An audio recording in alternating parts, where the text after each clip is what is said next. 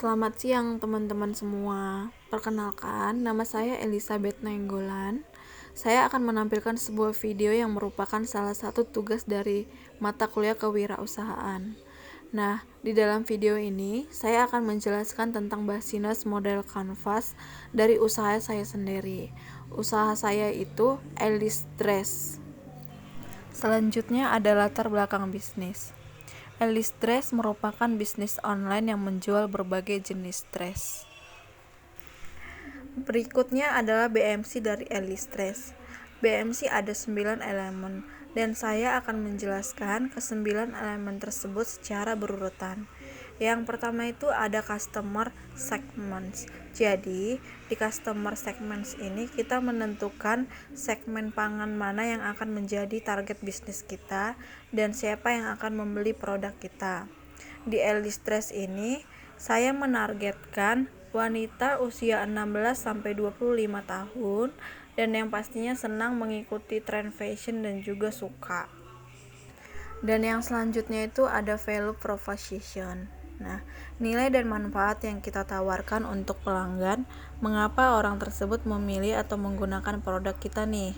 Jadi, kita menjabarkan keunggulan dan kelebihan dari produk kita. Kalau di Alice Dress, saya menawarkan dress dengan kualitas yang bagus dan juga cantik. Dan yang pastinya motif dan warnanya itu berbagai macam variasi yang dapat digunakan oleh seluruh wanita dari umur 16 sampai 25 tahun.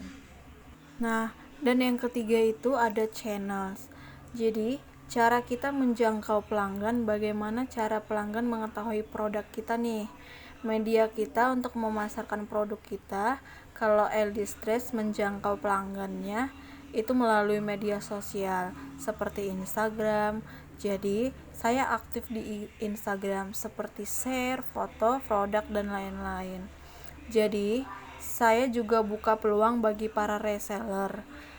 Jadi, kalau customer tidak beli dari saya sendiri, bisa melalui reseller saya. Jadi, di sini saya memperluas pelanggan untuk bagian produk saya sendiri. Oke, itu channel ya teman-teman. Dan selanjutnya ada yang keempat, customer relationship. Jadi, menjalin hubungan dengan pelanggan sebelum dan sesudah adanya transaksi. Jadi, bagaimana cara kita untuk selalu berkomunikasi dengan pelanggan kita atau mendekati pelanggan? Kalau di Alice Dress itu diadakan sebagai special diskon hari besar dan yang pastinya itu ada pemberian gift minimal untuk belanja. Baik, itu adalah customer relationship. Dan yang selanjutnya itu ada review streams ya teman-teman. Jadi, cara kita mendapatkan penghasilan kalau di Alice Dress ini saya menjual berbagai dress kepada customer. Nah, contoh lainnya itu jika ada hari-hari besar kita juga menjual dress yang hits ya teman-teman. Misalnya dress buat acara-acara tertentu. Jadi, bisa kita jual di produk kita sendiri dan dapat biaya tambahan dari produk tersebut. Nah, itu adalah review streams ya teman-teman. Dan yang keenam itu selanjutnya ada key ratios. Ini itu merupakan aset yang kita butuhkan untuk mendukung bisnis kita.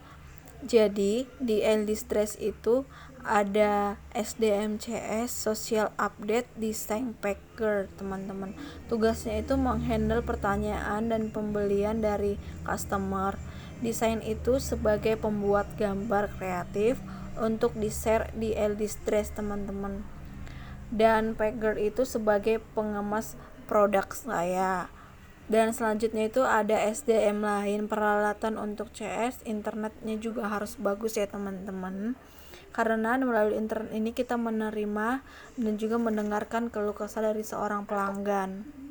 Nah, itu adalah key research ya teman-teman. Dan selanjutnya ada yang ketujuh, key activities. Nah, untuk menjalankan kegiatan sehari-hari, kalau di Alice Dress ini seperti tadi itu juga teman-teman menghandle pertanyaan dan pembelian. Nah, selanjutnya itu kita juga menyediakan penyetokan barang di Elistresh, teman-teman. Jika kita tidak melakukan penyetokan barang, maka usaha kita tidak akan berjalan dengan lancar karena penyetokan barang ini adalah kunci dari segala usaha, teman-teman. Jika kita melakukan penyetokan barang, kita akan mendapatkan keuntungan yang lebih besar, teman-teman, dalam bidang usaha ya. Nah, dan selanjutnya itu ada yang ke-8 ya, teman-teman. Ke-8 itu ada key partners. Jadi, key partners ini merupakan pihak yang bisa bekerja sama pada bisnis kita, teman-teman. Jadi, kalau di Elistresh ini kerjasama dengan JNE, teman-teman, untuk pengiriman produk barang kita kepada customer kita ya, teman-teman. Karena kalau kita tidak bekerja sama dengan JNE, maka kita tidak dapat melakukan pengiriman barang, teman-teman.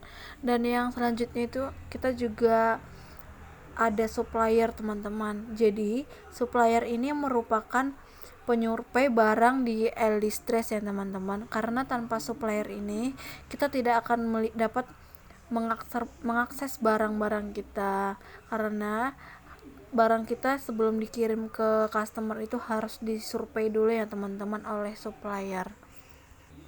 Nah, dan yang terakhir itu ada yang ke-9, teman-teman, yaitu cost structure.